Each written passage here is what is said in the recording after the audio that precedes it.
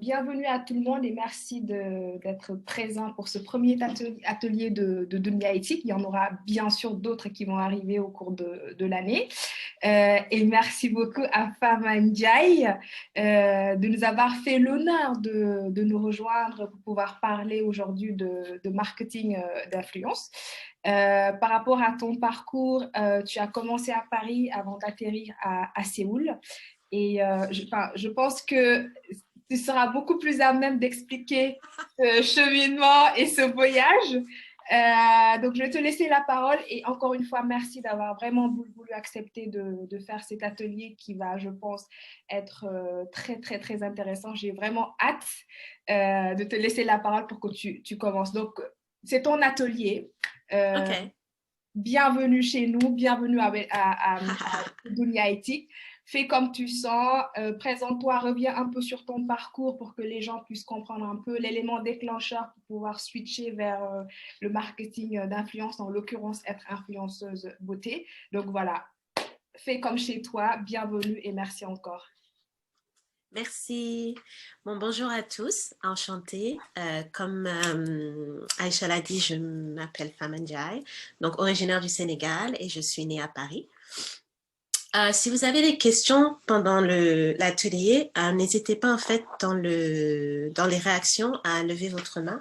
Comme ça, vous pouvez me poser des questions pendant que je parle. Ça ne me dérange pas du tout. Je préfère répondre aux questions pendant que je fais la présentation. OK. Il y a quelqu'un qui essaie de rentrer. Oui, Ok, il y a ok, deux personnes d'accord. qui sont. Ok. Donc, j'ai fait mes études à Paris. Donc, donc je me suis spécialisée dans les langues étrangères. Donc, j'ai appris l'anglais, l'allemand, l'espagnol. Et quand j'ai fini mon diplôme, j'ai déménagé à New York. Et là, à New York, j'ai aussi continué les langues étrangères, mais je me suis focalisée sur les langues asiatiques, en fait. Donc, le coréen et l'arabe. Et pendant mon voyage, pendant ma période à New York, en fait, c'est là que j'ai découvert, en fait, qu'il y avait beaucoup de cultures dont je n'étais pas au courant, en fait, parce que c'est vrai qu'à Paris, bon, il y a des Noirs, il y a des Arabes, il y a des Asiatiques, mais le fait d'être à New York, en fait, a montré vraiment les petites communautés, donc la communauté grecque, la communauté coréenne, la communauté japonaise, la communauté italienne. Donc, en fait, c'est beaucoup plus... on voit vraiment les différentes communautés et en fait, on apprend beaucoup du coup. Donc, dans mon parcours, en fait, j'ai toujours eu une attraction en fait dans la culture asiatique. Donc, quand on était petit avec mes petits frères, et je pense qu'il y en a beaucoup qui vont être, euh, qui vont voir le lien en fait, tout ce qui est les mangas, les animations japonaises Ouais, en fait. bien sûr. Donc, on a grandi avec ça. Et donc, il y a toujours eu cette attirance en fait sur la culture asiatique. Donc quand je suis allée à New York, en fait, j'ai rencontré une grosse communauté asiatique et je me rendais pas compte qu'il y avait vraiment cet aspect japonais et de l'aspect japonais en fait, je suis passée à la culture coréenne et j'ai découvert en fait qu'il y avait toute une culture coréenne que je ne connaissais pas en fait par rapport à la à la beauté, par rapport à la cuisine, par rapport à la musique. Donc maintenant, beaucoup de gens sont très... Et ça, c'était en 2010, j'ai envie de dire, 2010. Et maintenant, on est en 2021 et tout le monde est amoureux de la Corée, que ce soit à cause de BTS ou à cause des dramas coréens sur Netflix. Donc, chacun a un attachement par rapport à la Corée. Et moi, en fait, quand j'ai quitté les États-Unis, en fait, je voulais faire une découverte de l'Asie. Parce que du coup, j'avais toute cette connaissance, mais je n'avais pas de vrais repères, en fait. C'était vraiment ce que j'ai appris à l'école ou les gens que je connais, que je fréquentais. Et donc, en 2015, mon frère et moi, nous avons organisé un voyage en Asie. Donc, on est allé au Japon et en Corée. Donc, moi, j'avais toujours avant de partir, j'avais cet intérêt et cette passion en fait pour tout ce qui était beauté coréenne, parce que j'étais déjà dans le milieu de les dramas coréens, donc j'avais beaucoup étudié tout cet aspect de comment se fait-il que ces actrices, ces acteurs et toute cette communauté en fait a toujours une peau aussi éclatante. Donc c'est vrai que ça m'a, et j'ai toujours eu cette attirance pour tout ce qui est cosmétique, beauté, mais le fait de voir ça vraiment, c'est vraiment impressionnant de voir des peaux aussi parfaite. Donc, je me suis dit, bon, il doit y avoir vraiment un secret. Donc, j'ai commencé à étudier tout ce qui était les produits coréens et donc j'avais déjà cette connaissance à New York. Et à New York, il y a un K-Town. Donc, c'est un quartier coréen où on a accès à tous les produits et compagnie. Donc, quand on est venu en Asie en 2015, on a fait Japon et on a partagé le voyage entre Japon et Corée. Donc, quand on est arrivé en Corée, on est resté 15 jours et après, on est allé au Japon pour 15 jours et on est revenu en Corée pour 15 jours. Et le but pour moi était de savoir où est-ce que j'aimerais aller m'installer, en sachant que de base, j'allais m'installer au Japon. Enfin, parce que mon japonais était beaucoup mieux à l'époque, de toute façon. Et j'avais toujours... Tu aimes les sushis. Non, non, non, non. Mais tu sais, non, moi, je suis pas très sushi en plus. Tu sais, c'est ça qui est marrant. Je suis pas très sushi, mais j'ai appris beaucoup en étant à New York par rapport à la cuisine japonaise et en allant au Japon. Parce que c'est vrai que quand on connaît pas, en fait, les gens disent, oh, la cuisine japonaise, c'est sushi. Et en fait, il y a beaucoup plus que ça, mais en fait, on s'en rend pas compte parce qu'on est à l'étranger du coup. C'est ça. Ouais. Donc, j'ai appris tout ça et c'est vrai que quand on est arrivé en Corée, c'était vraiment, pour moi, c'était genre une boîte en fait qu'on vient d'ouvrir en fait avec plein de cadeaux en fait. Parce qu'en fait, tout ce qu'on voit à l'étranger par rapport à la beauté coréenne, c'est probablement un tiers, et je suis gentille quand je dis un tiers de ce qui se passe localement. Donc, je vois plein de magasins de beauté. Il y a 5-6 magasins à l'affilée par rue. Et c'est incroyable. Mais en fait, tu ne sais pas d'où donner de la tête parce que c'est comme quand tu es un petit enfant et on te met dans un endroit où il y a plein de bonbons et tu ne sais pas quoi prendre en fait parce qu'il y a trop de bonbons. Donc, c'était en fait un peu cet aspect en fait. Et quand le moment est venu de décider, bon, Corée ou Japon, pour moi, je me suis dit, bon, Corée. Et en fait, la raison pour laquelle je suis restée en Corée, c'est parce que je me suis dit, OK, si je reste en Asie, il faut que je fasse quelque chose de concret. Donc, quel est le pays qui a le plus de possibilités économiquement dans mon intérêt? Donc, j'ai vu que quand je suis arrivée en Corée, j'ai vu, OK, il y a des tas et des tas de magasins et de cosmétiques et plein de produits, mais je me suis rendu compte que je ne peux pas acheter de maquillage. D'accord. Parce que je suis noire, du coup, et les Asiatiques, ils font pas de cosmétiques pour nous. On fait pas partie de leur... Et donc, j'ai eu ce concept de, OK, il y a des possibilités ici pour faire du changement. Donc, c'est comme ça, en fait, qu'est parti ce concept de je vais m'installer en Corée et je vais faire quelque chose dans le milieu de la cosmétique. D'accord. Donc, du coup, maintenant, j'ai cette idée. OK, on va travailler dans les cosmétiques en Corée. On ne sait pas exactement quoi, mais ça va être le concept. Et donc, je retourne à Paris parce que, bon, je me suis dit, bon, c'est bien beau, mais il faut quand même travailler, économiser et venir. Donc, je suis revenue à Paris, exactement, et j'ai travaillé pour Dior pendant 1 an. Et après avoir économisé mon argent et tout, ben ça y est, départ pour la Corée. Et c'est là qu'on commence. Donc, c'est le début. Et c'est depuis quand, du coup? Ça a fait combien de temps? Là, c'est ma 4e année à Séoul. Ah, quand même. La 4e année, la première année, j'ai fait des cours de coréen. Donc, j'avais déjà une base de coréen, mais j'ai approfondi mon coréen parce que je me suis dit, bon, si je veux travailler avec du coréen, ce serait peut-être mieux si je comprends au moins la moitié de ce qu'ils disent. Et c'est ce qui s'est passé. D'accord. Donc, voilà. Très, très, très enrichissant comme parcours. Excusez-moi, ces petits rhumes. Donc voilà, donc on est parti de là et après, donc je commence mon voyage en Corée en fait en 2016. D'accord. Donc j'ai fait plein de recherches en fait. J'ai commencé à me dire, bon, qu'est-ce que je peux utiliser comme concept pour travailler ici et dans le milieu de la beauté.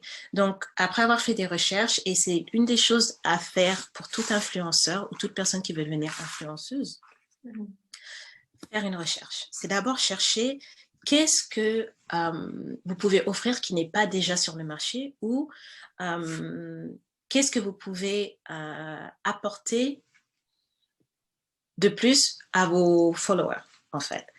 Donc, la première chose à faire pour moi, c'était d'abord de trouver une cible et où ils allaient être localisés. Donc, après avoir fait des recherches, je me suis rendu compte, en fait. Et en fait, c'est très important de voir, quand vous savez, bon, OK, moi, je suis intéressée dans ce domaine, je veux faire du maquillage ou je veux faire tout ce qui est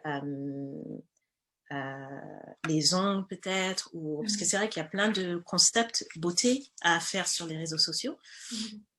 Et quand vous avez trouvé ce concept, en fait, il est important de faire une recherche par rapport pour savoir, OK, moi j'ai décidé de me focaliser sur le maquillage. Qu'est-ce qu'il y a actuellement sur les réseaux sociaux en tant que maquillage qui est bien, ou que les gens aiment, ou qui a beaucoup de followers. Et après, chercher quelque chose qu'il manque. Moi, dans mon cas personnel, je cherchais en fait des vidéos ou des informations pour les peaux noires sur la beauté coréenne. D'accord. Et il n'y en avait pas. Donc, du coup, voilà une cible, en fait, que je peux viser, en fait, puisqu'apparemment, il n'y a pas assez, même s'il y en a, il n'y en a pas assez, et il y a de la place pour moi pour créer mon propre contenu et trouver des gens qui vont être intéressés par ce contenu. Donc, c'est comme ça que j'ai commencé, en fait. Donc, j'ai commencé par créer des vidéos pour montrer tout ce qui était la routine, les soins de la peau coréenne, et montrer, en fait, comment ça fonctionne sur les peaux noires. Parce qu'il y avait ce stéréotype de penser que bon, les produits coréens, bah, c'est juste pour les peaux asiatiques, en fait. Et comme le concept de la beauté coréenne, c'est vraiment par rapport au type de peau et non à la couleur de la peau, il fallait casser ce stéréotype pour commencer à expliquer aux gens, bon, bah, et il fallait aussi un visuel. Donc, moi, je me suis focalisée sur créer des vidéos au lieu de créer des photos. Donc, j'ai fait une recherche, en fait, et je me suis rendu compte que tous les contenus beauté coréenne étaient des photos de avant-après, ou des gens qui faisaient des photos avec des produits, ou des gens qui faisaient des photos de leur peau après avoir utilisé certains produits. Et donc, je me suis dit, OK, donc ça veut dire qu'il y a cet intérêt déjà, mais qu'est-ce que je peux apporter pour ce même contenu qui serait différent? Et c'est là que je me suis dit, OK, je vais faire des vidéos.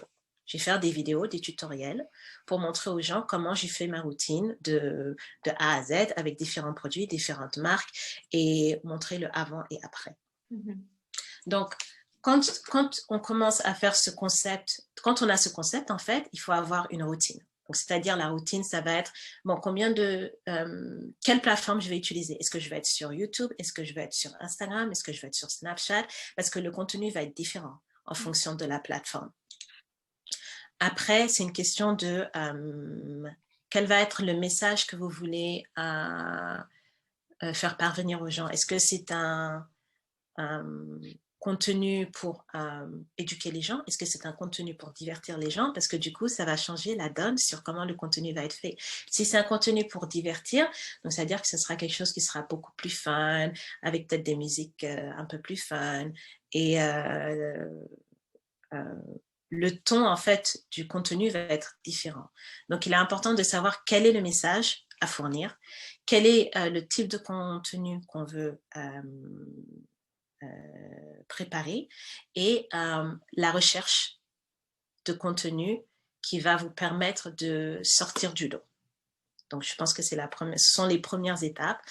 Et aussi, voir un peu l'état du marché aussi, c'est-à-dire savoir quelle est la concurrence et quelles sont les marques avec qui éventuellement vous aimeriez faire des collaborations. Parce qu'en fonction de ça, ça va vous aider à focaliser le contenu un peu mieux. À mieux cibler, en fait. Voilà. D'accord. Donc ça, c'est la première chose. Donc ça, c'était pour mes étapes pour devenir influenceuse. Alors, pour les collaborations. Alors, attends. Les collaborations. Donc, pour faire des collaborations avec les marques, c'est assez mitigé. Parce qu'il y a des collaborations qui vont être payées, il y a des collaborations qui ne vont pas être payées, il y aura des collaborations qui vont avoir un échange entre les deux, entre la marque et vous. Donc, la première chose à faire quand vous cherchez à faire des collaborations avec une marque, c'est d'abord vous assurer que vous suivez la marque sur Instagram déjà. Parce qu'on a eu beaucoup de... parce que ça, dans le cas contraire, ça montre plus, bon, j'ai besoin de juste de trouver des marques, je veux juste créer du contenu et trouver des marques avec qui travailler. Et de nos jours, les marques sont beaucoup plus sélectives avec leurs influenceurs ou influenceuses parce qu'ils veulent s'assurer que, bon, déjà, parce que les demandes qu'ils reçoivent, c'est tous les jours. Ils reçoivent des demandes et il y aura des demandes qui vont être gratuites et des demandes qui vont demander des rémunérations. Donc, la première des choses d'abord, c'est vous assurer que vous suivez la marque avec qui vous voulez travailler. Et encore mieux, c'est de créer un contenu sur la marque avant même de les contacter. Comme ça, la marque, quand elle voit que vous êtes déjà en train de travailler avec leurs produits, donc je vous donne un exemple par exemple. C'est comme si vous... voilà, Maybelline a sorti, ou L'Oréal a sorti un nouveau fond de teint et vous faites une vidéo qui montre, ou un contenu, peu importe, qui montre le nouveau produit en fait. Et forcément, vous allez taguer L'Oréal. On ne s'est pas dit qu'ils vont regarder le contenu, mais le contenu va être dans votre feed en fait. Et le jour où vous allez contacter L'Oréal pour leur dire, bon voilà, je suis très intéressée par votre marque, j'aimerais faire une collaboration et A, B, C. J'avais d'ailleurs créé un contenu à cet effet le mois dernier et vous pouvez mettre le lien du contenu. Et comme ça montre qu'il y a déjà un intérêt pour la marque. Donc, ils savent que vous n'êtes pas venu juste pour chercher une collaboration, mais que c'est quelque chose que vous aimez la marque, vous aimez vraiment la marque et vous voulez travailler avec eux. Donc, ça, c'est la première chose. Deuxième chose, il est important de faire une recherche approfondie sur la marque avec qui vous voulez faire des collaborations. Parce que je pense que par rapport à chaque follower ou des gens qui vous suivent dans vos réseaux sociaux, en fait, vous avez un devoir de vous assurer que le contenu ou les gens avec qui vous faites des partenariats, en fait, ne va pas offenser vos followers, en fait.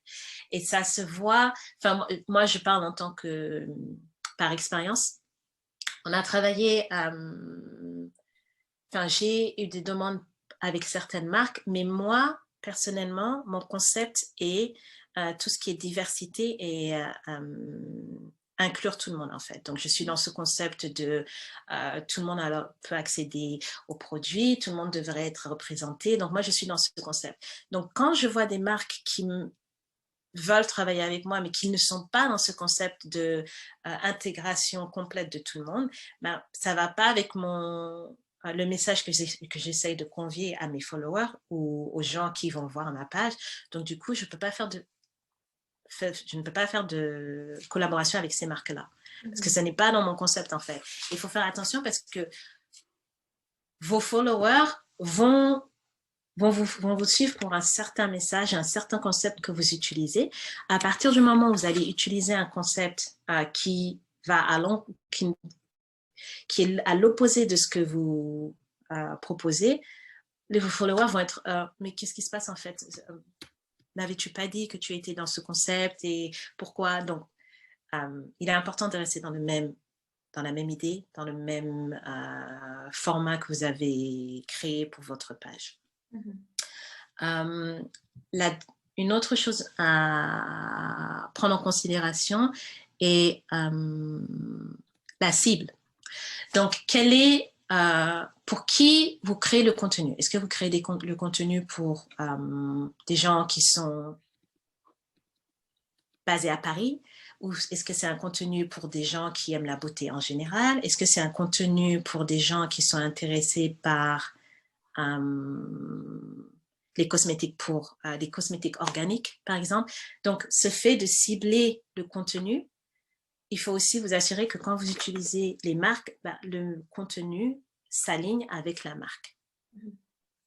OK?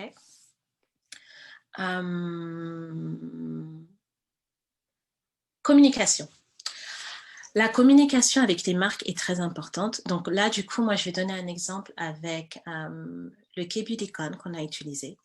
Donc, le K-Beautycon est un événement qu'on a mis en place l'année dernière et c'est un événement basé sur la beauté coréenne qui devait prendre place dans différents pays et à cause du Covid, on n'a pas pu le faire. Donc cette année, 2021, ça va être en ligne, mais cette année-là, en 2020, au mois octobre-novembre, nous avons fait une campagne de 6 semaines sur les réseaux sociaux, sur la diversité dans le milieu de la beauté coréenne. Parce que comme j'ai expliqué avant, le problème de la beauté coréenne, c'est que les produits sont faits pour une population asiatique, du coup. Mais maintenant, ces marques-là veulent s'exporter globalement. Donc, du coup, ils ont besoin de changer leur marketing. Et notre concept, en fait, c'était d'expliquer aux marques qu'ils ne peuvent pas vendre ces produits sans créer de marketing pour les nouveaux consommateurs dont ils ont besoin. Donc, du coup, nous avons créé cette campagne avec 7 marques coréennes. On a utilisé 60 influenceurs et influenceuses globalement. Donc, je vais faire un topo de ce qu'il faut faire et ce qu'il ne faut pas faire en tant qu'influenceur parce qu'on a eu beaucoup de bien et de pas bien. Un tiers des influenceuses étaient basées en France. Donc, on a eu un bon mix, en fait. Donc, la première chose à faire, donc, nous avons contacté les influenceurs d'abord. Donc, on a fait d'abord une liste d'influenceuses. Donc, la première chose à faire, c'est de vous assurer que pour nous, le nombre de followers sur Instagram ou YouTube n'était pas important en fait. Le plus important était l'engagement qu'il y avait par page. Donc, c'est pas important d'avoir 10 000 followers et 100 likes et 5 comments. Pour nous, c'est pas un bon engagement. Par contre, on a trouvé des influenceuses qui avaient 2000 followers, 500 likes et 100 comments. Il n'y a pas photo. Donc, au début, si vous êtes déjà influenceur ou influenceuse, la première chose à faire, c'est de vous assurer qu'il y a un engagement constant avec vos followers. Parce que c'est la première chose que maintenant que les marques vont regarder, en fait. C'est est-ce qu'il y a assez d'engagement? Et s'il n'y a pas d'engagement, en fait, ils ne vont pas se fatiguer à vous recontacter. Donc ça, c'est la première chose. La deuxième chose, c'est de vous assurer que votre description est très claire. C'est-à-dire, qu'est-ce que vous faites exactement? Où est-ce que vous êtes localisé? Parce que ça joue aussi. Et s'il y a un message que vous voulez transmettre à vos followers, que ce soit vraiment clair dans la biographie, en fait, parce que c'est la première chose qu'on va voir.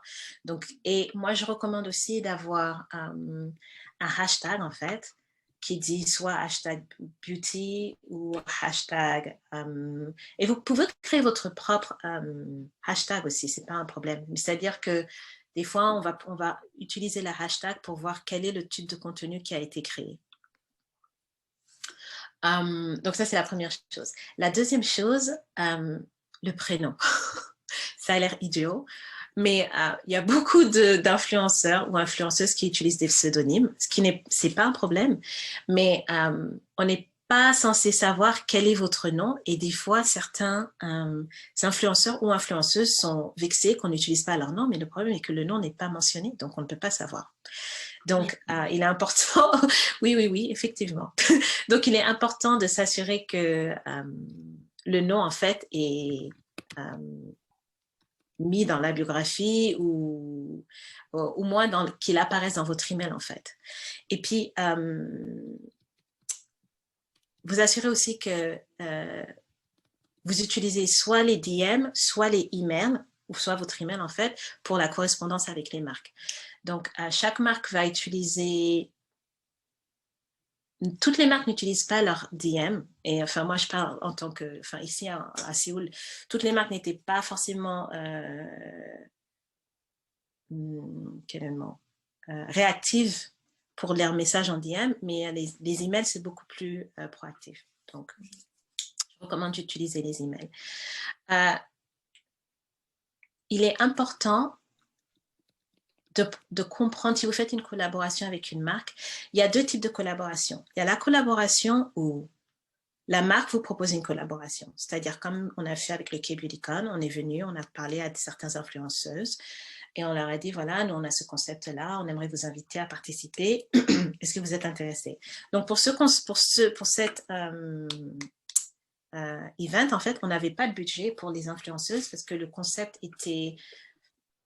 Le but n'était pas de vendre des produits, c'était plus une cause, plus qu'autre chose. Et quand on a approché les influenceuses en leur disant ça, 90% étaient OK pour faire la campagne sans être payé en fait.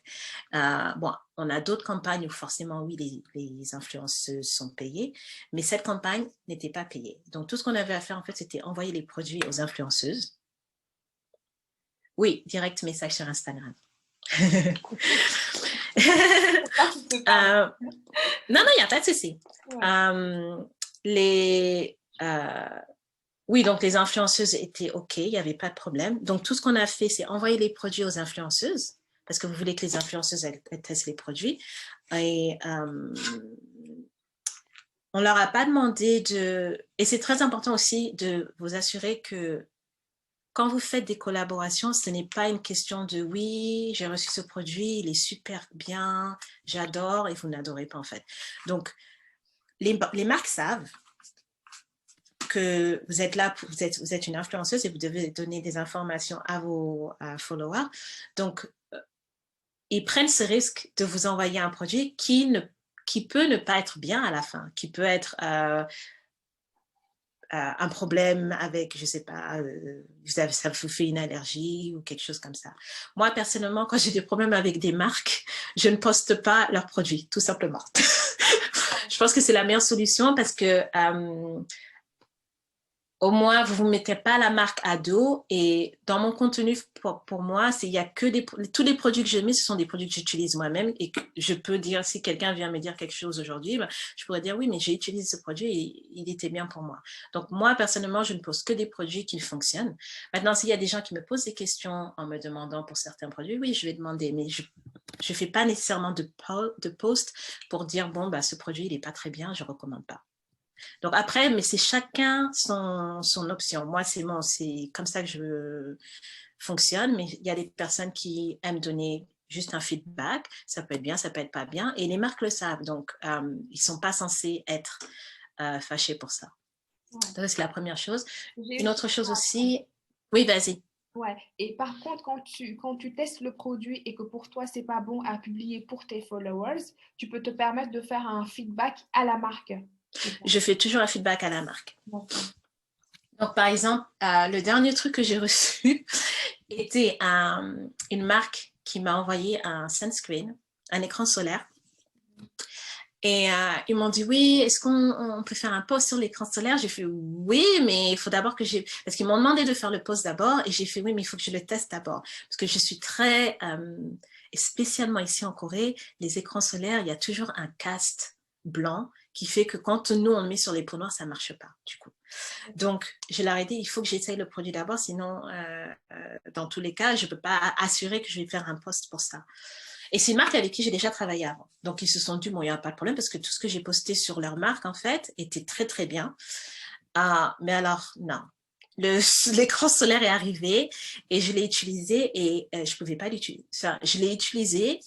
J'ai fait une photo, je leur ai envoyé parce que je leur ai dit, voilà comment je ressemble avec l'écran solaire. Parce que j'étais toute grise de couleur.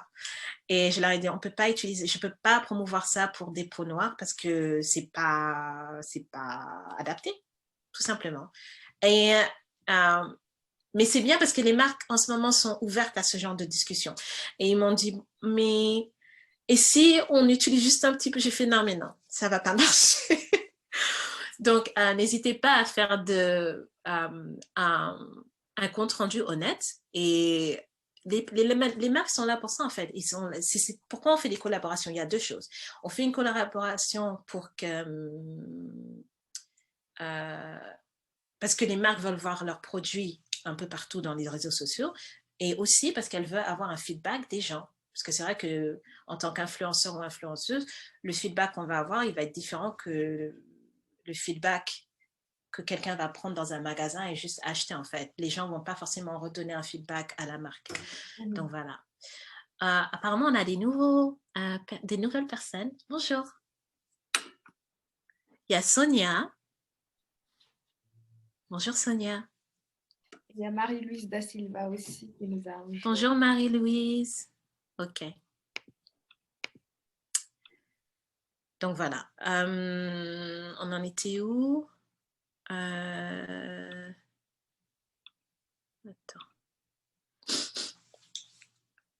Oh oui, les doux et ce qu'il faut faire et ce qu'il ne faut pas faire. OK. Donc ça, c'est quand on fait quand la marque vous propose une collaboration. Si vous voulez proposer une collaboration avec la marque, alors, je conseille d'avoir un concept bien précis que vous présentez à la marque. Parce qu'en fait, là, du coup, vous venez à la marque en leur disant voilà, moi j'aime votre marque, j'ai utilisé la marque et j'aimerais bien proposer un contenu pour votre nouvelle gamme de produits qui vient de sortir. J'aimerais faire une review ou quoi que ce soit. Venez avec un concept, en fait. Venez pas dire juste « Oui, bonjour, je suis influenceuse, j'aimerais bien faire une collaboration avec vous. » Avoir un vrai concept, sujet.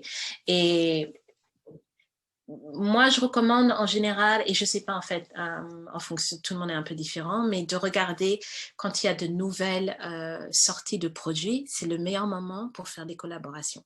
Parce que les marques sont très ouvertes, du coup, parce qu'elles veulent avoir de l'exposition en fait par rapport à leur marque, par rapport aux produits, et elles recherchent constamment des gens qui vont vouloir parler de leurs produits.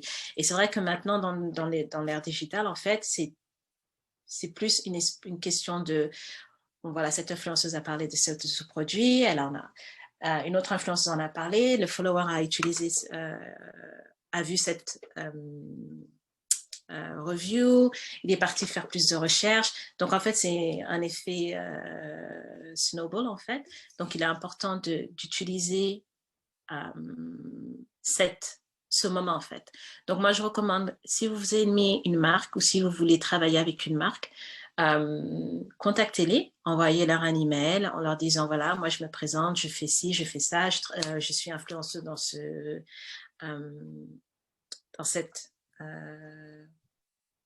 niche en fait. Ça peut être, comme je disais, beauté ou food, peu importe. Et à vous leur expliquer en fait quel est le concept que vous aimeriez faire. Et leur dire oui voilà je peux utiliser et je dis aussi il faut pas être trop gourmand par rapport aux marques. D'abord quand vous faites la première initiative en fait, parlez pas automatiquement de oui d'argent ou combien ça va coûter ou combien vous allez être indemnisé parce que ça va être forcément ça va pas ils vont se dire bon non. Commencez d'abord à vous présenter, comme ça, eux, ils vont être intéressés à aller sur votre profil. Et de là, il y a la discussion qui commence. Mais si vous les contactez directement en parlant d'argent, ça peut être pas la meilleure. Ouais. Oui. Est-ce qu'il y a des questions par rapport à ce que je viens de dire pour l'instant ou tout le monde est bien? Ok. On dirait que tout le monde est bien.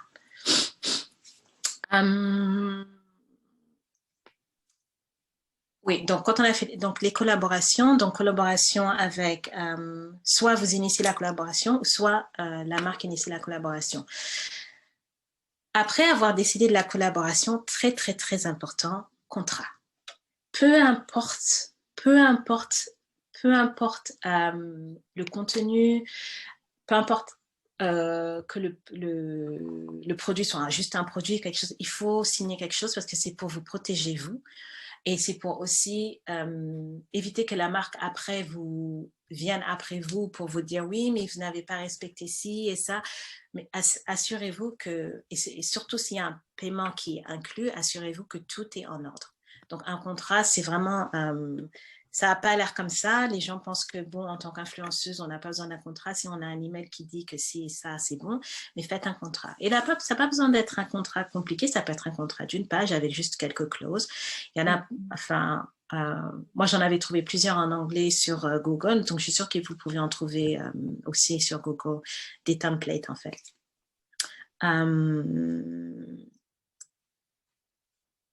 Pardon. Mais parce que ça veut Désolée, dire que volontairement, les marques ne proposent pas de contrat? Pas toutes. C'est D'accord. pour ça qu'il faut faire très attention.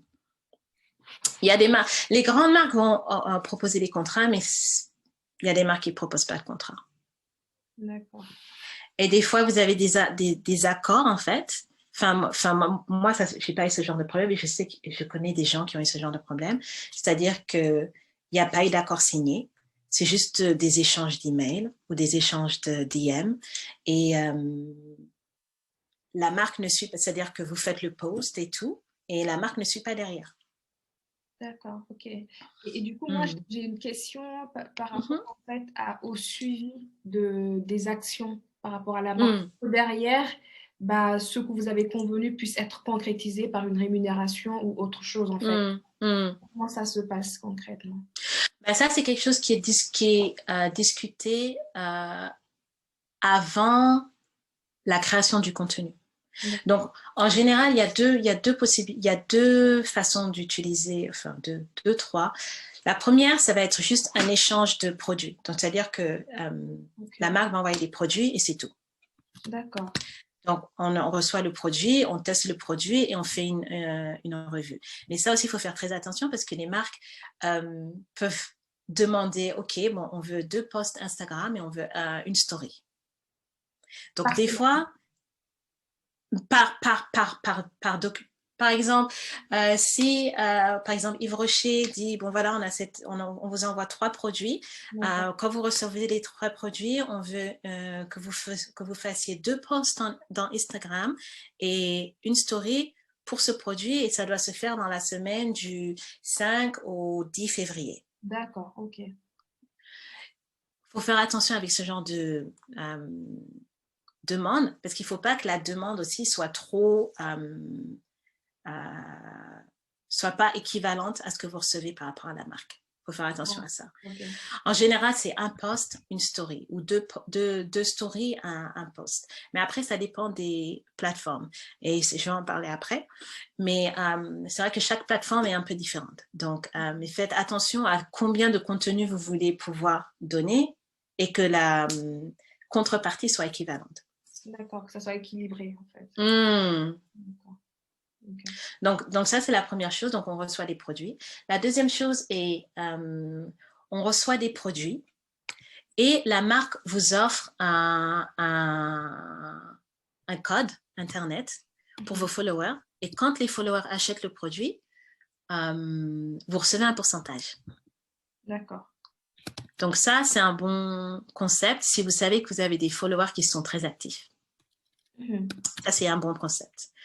Et la dernière, c'est le poste, c'est la rémunération du coup. Bon, chacun a ses tarifs, c'est à vous de voir vos tarifs, mais la première chose à faire, je pense, est au début, il faut focaliser sur votre engagement. Parce que plus vous avez de l'engagement et plus vous pouvez négocier avec la marque. Parce que si une marque vous dit, bon, voilà, moi, je vous propose 500 € pour faire 2 posts et une story, et vous avez peut-être 5000 followers, et vous avez 1000 likes, et vous avez 100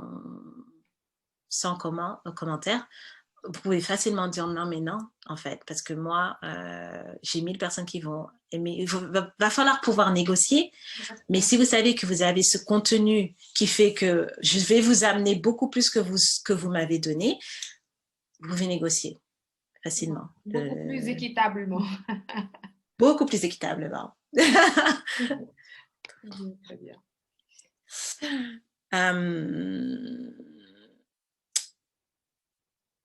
Voilà, alors, les dernières choses à dire par rapport au KBDcon. Ah oui, alors il est très important de faire un Media Kit. Je ne sais pas si les personnes qui sont ici ont un Media Kit, mais il est très important d'avoir, c'est-à-dire, voilà, votre nom, votre type de contenu. Bon, moi, je fais du contenu beauté, je fais du contenu lifestyle, je fais du contenu cuisine précis. Votre audience. Donc, où est votre audience? Est-ce qu'elle est basée en France? Est-ce qu'elle est basée en Afrique? Est-ce qu'elle est basée aux États-Unis? Est-ce que c'est un mix? Et tout ça, ça peut être trouvé dans les analytiques de chaque compte, en fait. Et puis aussi, votre tranche, les informations démographiques. Male, female, homme, femme, et puis la tranche d'âge aussi. Et vous pouvez montrer des exemples de contenu que vous faites. Les réseaux sociaux que vous utilisez. Donc, ça peut être, voilà, moi, je suis influenceuse, je me concentre sur YouTube et Instagram. Et je fais aussi du Snapchat. Voilà, vous mettez vos nombres de followers et puis quelques photos. Et ça, ça fait un Media Kit. Il y a aussi des exemples de Media Kit qu'on peut trouver sur Internet aussi. S'il y a des gens qui ont des questions après, je laisserai mon email. Comme ça, je pourrais envoyer des informations. Voilà. Il y a quoi d'autre ah oui. Alors, des choses à ne pas faire. Et ça, c'est ce que c'est mon expérience à travailler avec les influenceuses qu'on a utilisées pour les KBDcon. Donc, première chose, lisez les instructions. Parfois, les gens ne lisent pas. On envoie des emails. Oui, mais c'était pas informé. Vous ne avez pas dit. Non, mais si, c'est écrit dans l'email. Donc, lisez les informations, s'il vous plaît. Donc, numéro 1. Numéro 2,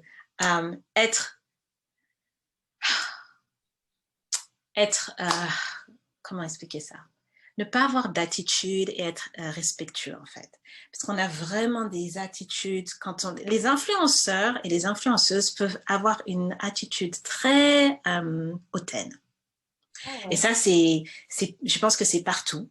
Mais c'est vrai que à éviter. Parce que dans tous les cas, on a eu des influenceurs ou des influenceuses, en fait, qui avaient de très bons nombres, des très bons chiffres, qui ont fait de très bons contenus et qui ont fait que les marques étaient très ravies, mais il y en a avec qui on ne retravaillera pas à cause de leur attitude. Donc, oui, ça va peut-être marcher la première fois, mais après, il n'y aura pas de contenu. Donc, je pense que c'est très important d'être très professionnel, quoi qu'il arrive, même si vous êtes influenceuse, vous pensez peut-être que cette marque, c'est pas très important. Non, on ne sait pas de quoi demain il fait. Exactement. Vous pouvez travailler avec cette petite marque et demain, c'est cette marque qui va vendre, qui va devenir une marque globale. Et c'est ce genre de marque qui va vouloir travailler avec vous parce qu'ils ont eu une expérience tellement bien qu'ils vont se dire, bon, non, en fait, je vais prendre le nom de Sonia. On va travailler avec Sonia parce que Sonia, elle a vraiment été très professionnelle, elle a créé un contenu incroyable et on a apprécié travailler avec elle. Tout simplement. Donc, voilà. Donc, je recommande d'être... Vraiment, c'est de l'humilité à ce stade-là. C'est vrai que les gens, des fois, oui, moi, je suis une influenceuse, j'ai 10K, j'ai 10,000 followers. Donc, si vous n'êtes pas content, tant pis, OK. Mais bon, à ne pas faire. Et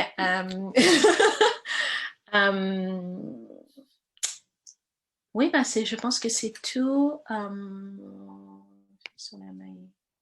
Okay. Je pense que j'ai donné toutes les informations que je voulais donner. J'espère que ça a été utile. Très bien, très bien. Je ne sais pas si vous avez des questions. Sonia, Fatoumata, Elage, Théodora. Comme on n'est pas vraiment nombreux, c'est l'occasion de maximum de questions possibles à Fama. Marie-Louise, Omar, Malik. Bonjour. En fait, moi, je ne sais pas si j'ai une question, mais j'ai plutôt un commentaire à faire. Ok. Je suis Théodora, en fait, Fatima. Je suis Théodora. Bonjour Théodora. Bonjour. J'ai mon accent parce que je ne suis pas originaire française, mais je pense que tu vas pouvoir comprendre ce que je dis, j'espère. Sinon, n'hésite pas à me donner plus de questions. Déjà, je voudrais te remercier pour toutes les informations que tu nous avais données. J'ai eu l'impression que dans quelques minutes, j'ai pu avoir des informations que j'ai apprises pendant 3 ans à l'université. Parce qu'en fait, c'est vraiment bien appliqué dans la pratique. Donc, je pense que c'est des informations qui vraiment, on peut les utiliser. Je voudrais faire un commentaire. Je pense que toutes les informations que tu nous avais données aujourd'hui, ils pourront être bien appliquées aussi, si je ne me trompe pas, dans les domaines d'entrepreneuriat aussi, même si c'est dans des autres domaines. Parce que tout ce que tu nous avais dit, comment identifier les cibles, les comportements que nous devrons avoir, ou la diversité, je pense que nous, on peut les adapter aussi à nos domaines, par exemple, même si on n'est pas dans les domaines de la beauté ou dans d'autres domaines, si j'ai bien compris. Ok. Et tu es dans quel domaine? Excuse-moi. Moi, j'ai eu une entreprise il y a quelques années dans le domaine des publicités, mais dans un autre pays, en Roumanie. Donc, où la culture, c'est un peu différent, on va dire. Par exemple, tu nous avais donné des exemples qu'il y a des médias qui fonctionnent plutôt dans des pays et il y a des autres médias qui fonctionnent plutôt dans d'autres pays. Donc, en Roumanie, on est très Facebook, on va dire, Instagram. Et ça commence petit à petit avec TikTok. Donc, moi, j'ai travaillé plutôt j'ai eu une entreprise dans le domaine des publicités où je faisais plutôt des sites, des événements offline, des conférences, d'organisation, etc. J'étais un peu moi dans les domaines, on va dire, en ligne. Et maintenant, je me suis aussi spécialisée dans les domaines des financements européens. Comment accéder aux financements européens accordés par la Commission. Et pour donner un peu d'exemple, maintenant, je vais un peu agrandir l'entreprise. Donc, l'entreprise que j'ai déjà depuis quelques années, je vais essayer d'aller dans le sens des financements européens aussi afin de donner des conseils aux entreprises. Et je suis au moment où il faut bien identifier les cibles, il faut bien voir la concurrence, il faut bien proposer les services dans la région où je suis, on va dire. Donc, les conseils que tu m'avais donnés, je les trouve très utiles. Et si tu as d'autres suggestions, je suis prête à les savoir. Est-ce que tu vas ouvrir des réseaux sociaux pour ta compagnie ou est-ce que tu as déjà des réseaux sociaux? Oui, j'ai déjà des réseaux sociaux, mais comme on parle d'un nouveau domaine, je pense que ça va un peu changer aussi. Donc, il faudra peut-être penser autrement, on va dire. Je pense que, enfin, d'après ce que tu m'as dit, tu es basée en Roumanie, c'est ça? Oui. Ok. Donc, tu m'as dit Facebook et Instagram. Donc, ça veut dire que déjà, tu as ton contenu. Tu as deux options là. C'est-à-dire que tu peux soit te focaliser sur l'Instagram et le Facebook ou tu peux prendre les devants et rentrer dans le TikTok parce que le TikTok vient de commencer, n'est-ce pas? Et donc, c'est un bon outil pour toi de te placer en fait dans ton domaine, voilà. D'accord. Mais est-ce que ma question, si tu me permets, ça sera, est-ce que mon groupe cible, en fait, des entreprises qui vont accéder à des financements, est-ce qu'eux, ils se trouvent sur TikTok? Moi, je ne connais pas trop, pour être honnête, ces réseaux sociaux. Je connais un peu comme tout le monde, un petit peu. Mais je me questionne, en fait, si eux, ils se trouvent sur TikTok parce qu'à la première impression, je pourrais dire non. Il y a tout et n'importe quoi sur TikTok. Ok, ça marche. Je pense que tu peux trouver sur TikTok. D'accord. C'est juste une question de recherche. Et s'il n'y a pas sur TikTok, c'est pas un problème. Tu peux être la première sur TikTok aussi. Oui, c'est vrai. Mais c'est juste une question de comment tu vas créer ton contenu et ton contenu va être ciblé du coup. Donc, c'est-à-dire qu'il y a tout le monde utilise TikTok presque. Enfin, tout le monde presque. Beaucoup de gens utilisent TikTok, donc tu peux avoir des clients ou des consommateurs qui peuvent voir ton contenu. C'est juste une question de savoir, de cibler ton contenu pour savoir quel est le goal quel est le but de ta stratégie en fait. Est-ce que tu veux créer Est-ce que tu veux promouvoir ta marque? Tu veux juste que les gens sachent que, bon, voilà, il y a ta marque qui est là, qui existe, elle est en Roumanie, elle est là. Ou est-ce que tu es en train de chercher des ventes ou des clients? Oui, plutôt Ce la sont deuxième, deux contenus, voilà, ce sont deux contenus complètement différents.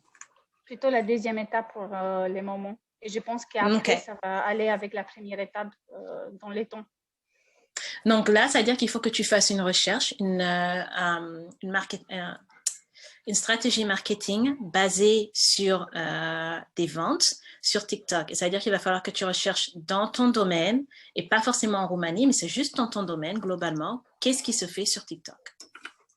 Et de là, tu peux voir. Et c'est important aussi de comprendre comment fonctionne le TikTok, et ça c'est pour tout le monde en fait. Le TikTok est encore neuf, c'est encore un bébé. Les gens ne sont pas complètement fixés sur comment l'algorithme de TikTok fonctionne. Donc, ça veut dire que... Malik, j'arrive. Donc, ça veut dire que le TikTok, c'est le bon moment de créer du contenu sur TikTok parce que les gens ne savent pas ce qui se passe. C'est-à-dire que tu peux créer un TikTok qui va être...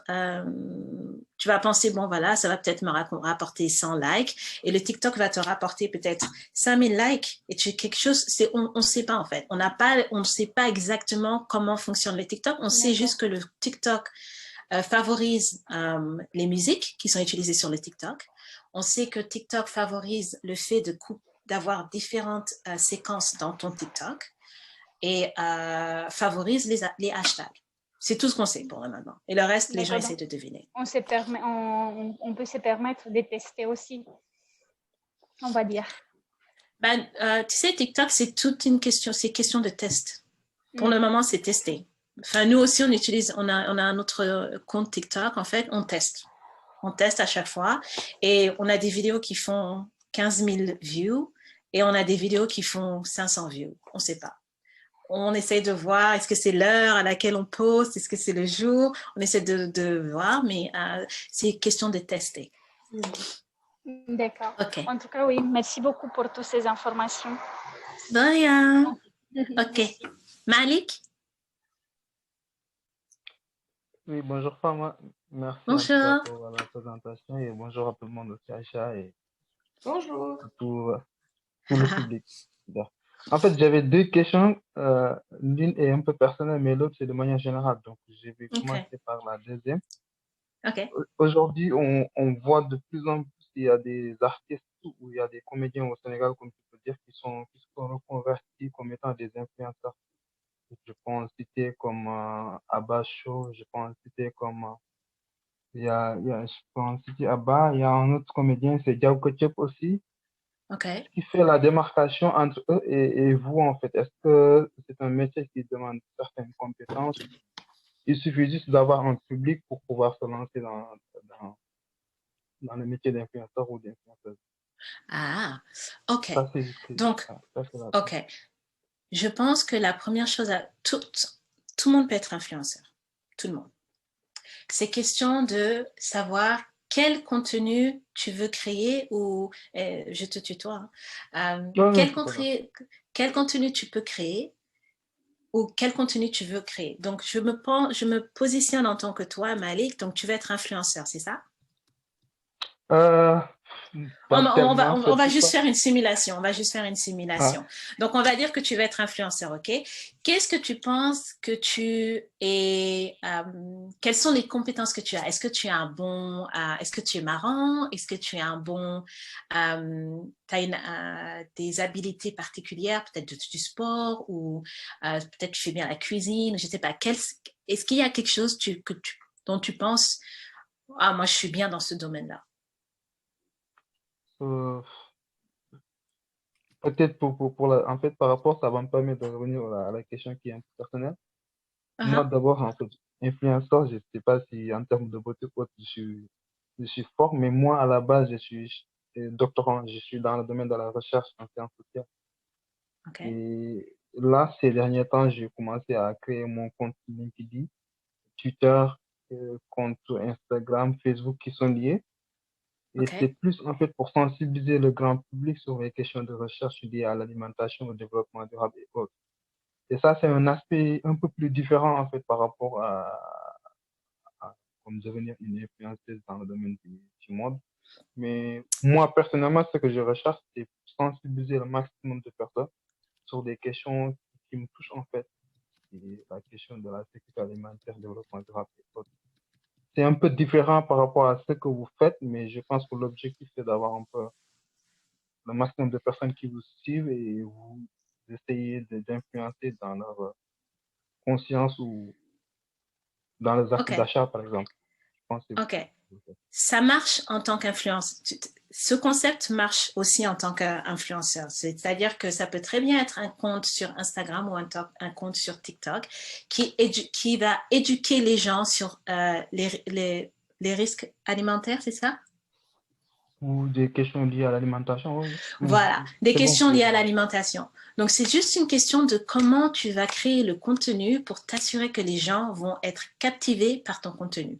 C'est pas une question de, oui, moi, mon contenu, il n'est pas très intéressant. Tu peux le rendre intéressant. C'est juste une question c'est juste une question de comment tu vas créer le contenu pour rendre ça intéressant. Et donc, c'est là que tu vas devoir faire une recherche ou te poser et te dire, OK, quel concept on va utiliser sur Instagram ou sur TikTok. Et tu peux avoir les deux et tu peux avoir deux concepts différents. Tu peux avoir un concept sur Instagram qui peut être des photos et des informations et des questions et ne pas oublier les Insta Stories, c'est très important aussi. C'est là où tu as le plus d'engagement avec les gens. Et tu peux faire un TikTok qui peut être quelque chose où... Et là, c'est toi qui vois. C'est-à-dire qu'il va falloir que tu fasses peut-être une recherche. Et je suis sûre qu'il y a déjà des comptes qui font des contenus reliés à l'alimentation. Et tu peux regarder, tu peux voir comment ils font leur contenu. C'est-à-dire, est-ce que ce sont des gags? Est-ce que ce sont des questions qu'ils demandent? Est-ce que c'est quelqu'un qui fait une discussion? Il y a plusieurs types de contenus que tu peux créer. Et ça... Enfin, moi, je pense que ton contenu, en fait, il est très viable pour les réseaux sociaux. Je ne sais pas si je peux me permettre Mm, d'intervenir. Oui, enfin, pour appuyer ce que tu disais par rapport au fait que tout le monde peut devenir influenceur et peu importe le métier dans lequel tu te trouves, il y a toujours quelque chose à faire à condition de pouvoir dénicher ce petit plus en fait que tu apportes à ta communauté. exactement. Euh, Exactement. C'est ça. Donc, Malik, si ça peut t'intéresser, moi, enfin, il y a dans le domaine, en tout cas, du développement durable que tu énonces là, et de l'alimentation, il y a par exemple quelqu'un qui s'appelle Audrey Redak, qui est sur les réseaux sociaux et qui fait pas mal de contenu, en fait, dans le sens de ta passion à toi. Donc, comme elle dit, hein, il faut aller voir ce que les autres font pour s'en inspirer et faire autre chose voilà, dans ce sens ou de mieux. D'accord. Je pense Merci que en tout le cas pour plus difficile quand on crée du contenu sur les réseaux sociaux, c'est de trouver un contenu original. C'est vrai que c'est facile à dire, mais il faut trouver qu'est-ce qui va faire que les gens vont revenir et te voir. Et ça, c'est une recherche aussi. Et c'est là que tu as besoin de travailler avec des personnes créatives. Parce que c'est eux qui vont avoir ce concept des fois, ils vont avoir des concepts un peu loufoques, mais ça, c'est ce qui va te donner des vues et des followers. Mhm. Sonia? Ah, attends, sorry. Tu avais une deuxième question, Malik? La deuxième question, je pense que c'était juste par rapport Ah, à, ok. en fait, qu'est-ce qui fait la démarcation entre vous et les autres influenceurs, en fait, par exemple, des gens qu'on connaissait comme étant des comédiens et qui d'un coup se lancent dans le métier d'influenceur. Et souvent, c'est des produits, en fait, ils vont mettre en avant des produits, peut-être qu'ils n'ont pas l'habitude d'utiliser et qui ne connaissent pas trop bien les bienfaits et les inconvénients de ces produits. Mais c'est juste pour un aspect marketing et pour... Exactement, c'est exactement ce que je disais juste avant. C'est-à-dire qu'il est très important de vous assurer d'utiliser des marques et que vous avez fait la recherche derrière pour parler des marques, enfin du produit de la marque ou quel est l'avantage ou les désavantages de la marque en fait. Et pas juste prendre une marque parce que la marque vous offre une collaboration en fait. C'est très important. Parce que voilà, ce genre de remarques qu'on a après, c'est pas leur genre de contenu, mais ils ont quand même créé ce contenu. Pourquoi? Ben, c'est juste une collaboration qui n'a pas été pensée en fait. Ok, Sonia. Alors, vous m'entendez? Vous m'entendez bien? Oui, oui, oui. Ok, donc bonjour à tous et à toutes. Donc, je m'appelle donc Sonia, Sonia B. Je travaille pour la compagnie Go Digital. Je suis donc d'origine gabonaise. Je travaille pour la compagnie Go Digital. Donc, nous sommes basés à Libreville, au Gabon.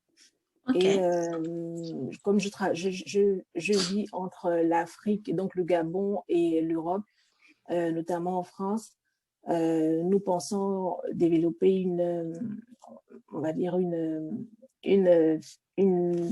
deuxième structure, en tout cas ici au niveau de la France. Donc, notre structure Go Digital, en fait, travaille fait de la communication digitale. Donc, tout ce qui va être stratégie, marketing digital, création de contenu pour les artistes. Les artistes, voilà. Donc, pour les artistes, ils font également de la promotion et du management. Voilà. Donc, on a travaillé dernièrement avec donc des artistes, finalement des artistes, des comédiens, qui sont à la base comédiens donc ou artistes, chanteurs, tout ça au niveau local, mais qui grâce au digital arrivent à s'exporter finalement à l'extérieur du continent, en fait, à l'extérieur du pays et puis après à l'extérieur du continent. Donc, voilà un petit peu. Et là, nous sommes en train d'ouvrir un nouveau petit pôle consacré donc aux blogueurs, aux youtubeurs, aux instagrammeurs. Donc, avec des personnes qui ont commencé donc directement sur le digital et vraiment qui aimeraient être un peu plus structurées, comprendre comment ça fonctionne et tout ça. C'est un petit peu ça. Enfin, c'est ça. Et voilà. Donc, moi, j'avais une petite question par rapport surtout aux statistiques. Par exemple, lorsqu'on travaille avec une marque de cosmétiques, par exemple, voilà. Si je sais qu'il y a donc des liens de code promo, tout ça, enfin, je sais pas trop, est-ce que c'est, enfin, on s'arrange en fait finalement avec la marque que l'influenceur va communiquer donc un code promo qui va donc ramener les gens vers le produit. Je veux savoir, est-ce que l'analyse des chiffres se fait en concomitance avec la marque, c'est-à-dire que l'influenceur sait combien gagne la marque, ou est-ce que c'est juste une rémunération qui est donnée de base, qui est donc donnée à l'influenceur à la base, et que finalement il n'a pas un compte rendu des chiffres que s'est fait finalement la marque grâce à sa promotion. C'est la première question. Très intéressant. Merci, Sonia. Alors, de mon expérience, et je parle d'expérience parce qu'on a un site e-commerce qui s'appelle Miro Beauty, et on travaille avec les influenceurs et on leur donne des codes coupons en fait. Donc, comment on fonctionne? C'est-à-dire que sur notre site, on a un plugin, en fait, on a un logiciel qui est implémenté dans le site, et chaque influenceur avec qui on travaille a un code. Okay. Et dans le logiciel, en fait, tous les paramètres sont mis. C'est-à-dire que, voilà, Sonia est influenceuse, elle a un code de 10%. Donc, c'est-à-dire que tu vas donner à tes followers un code de 10%, OK, sur les ventes. Donc, ils ont un pourcentage de 10%. Sur les 10%, attends, que je ne confonde pas. OK. Les followers vont avoir un code, un discount de 10%. Toi, tu vas recevoir 3% des revenus. Et tu pourras voir les détails de combien de personnes ont utilisé ton code, et tu verras le résumé en fait des 3% qui s'additionnent, et là tu peux recevoir ta compensation après. Donc c'est comme ça qu'on fonctionne, nous. Et je pense que la plupart des marques font comme ça parce que c'est la façon la plus simple en fait de contrôler sans que l'influenceur ou l'influenceuse sache exactement quelles sont les ventes totales. Ils vont juste connaître les ventes pour eux. C'est tout. D'accord. D'accord. OK, très bien. Parce que nous, oui, oui, j'avais aussi juste rajouté par rapport à, parce que j'avais vu que Dunia Éthique, pardon, c'était donc dans le développement durable, tout ça. Au niveau du Gabon particulièrement, on travaille également avec des ONG qui sont dans le développement durable et on aimerait, enfin, il y a des artisans déjà locaux, de plus en plus, il y a des artisans locaux donc qui proposent des cosmétiques et qui n'ont pas forcément aujourd'hui les moyens de se prendre, enfin, de collaborer avec des influenceurs parce qu'elles sont toutes petites finalement, voilà. Donc je voulais savoir, bon non, enfin. Par rapport à, oui, enfin, je pensais vraiment que les marques étaient essentiellement, en fait, finalement dans une logique d'éthique, finalement d'éthique et de développement durable, mais donc pas forcément, en fait, finalement. C'est pour moi ou pour Fama? Enfin, je sais pas, peut-être pour Fama, je sais pas, comme celle qui... ouais, par Fama, je te laisse répondre. Je pense, quand, pour nous, enfin, d'après ce que j'ai vu et pour nous, de notre expérience, quand on fait ce genre de collaboration, c'est parce qu'on sait que il va y avoir un revenu qui va être confirmé de la part de l'influenceur. Donc, on sait que cet influenceur a un public qui achète et qui a l'habitude d'utiliser ces coupons, en fait. Donc, on reste dans cette optique, mais c'est pas une optique où c'est quelque chose qui va être utilisé pendant 6 mois ou 1 an. C'est vraiment des périodes, en fait. D'accord. Ok. Oui, oui, bien sûr. Oui. Donc, moi, ce que j'aimerais comprendre, c'est comment, est-ce que c'est quelque chose que tu veux implémenter, ce genre de collaboration avec des influenceurs et Go Digital, par exemple?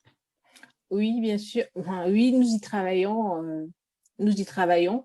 Et il faut dire que la plupart de nos influenceurs sont en Afrique. Et en Afrique, c'est compliqué, c'est très, très compliqué.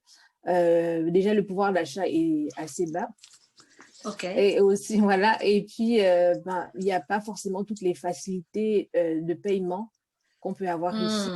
Par exemple, pour une marque de cosmétiques, on va dire internationale, enfin, on va dire hors africaine, mais même dans le continent, c'est compliqué. Déjà parce que, bon, pour une marque, des marques qui ne sont pas installées sur le continent, c'est compliqué dans la mesure où, enfin encore que l'envoi ça va, mais les facilités de paiement, c'est soit les transferts d'argent, enfin c'est pas comme ici facilement, enfin c'est pas comme en Europe par exemple où les facilités de paiement sont beaucoup plus étendues, on va dire, sont plus larges. Donc il y a ça, et pourtant il y en a quand même pas, enfin il y a quand même pas mal d'influenceurs, d'influenceuses déjà. Et pour les entreprises qui sont là-bas, les systèmes de paiement sont différents. Ça se fait facilement parce que là-bas, c'est le mobile money qui fonctionne. Donc, c'est souvent par le mobile money que les entreprises vont finalement payer où on va mettre en place des stratégies, enfin, pas des stratégies, mais des canaux finalement pour que les consommateurs puissent finalement consommer le produit en fait sur place. Voilà.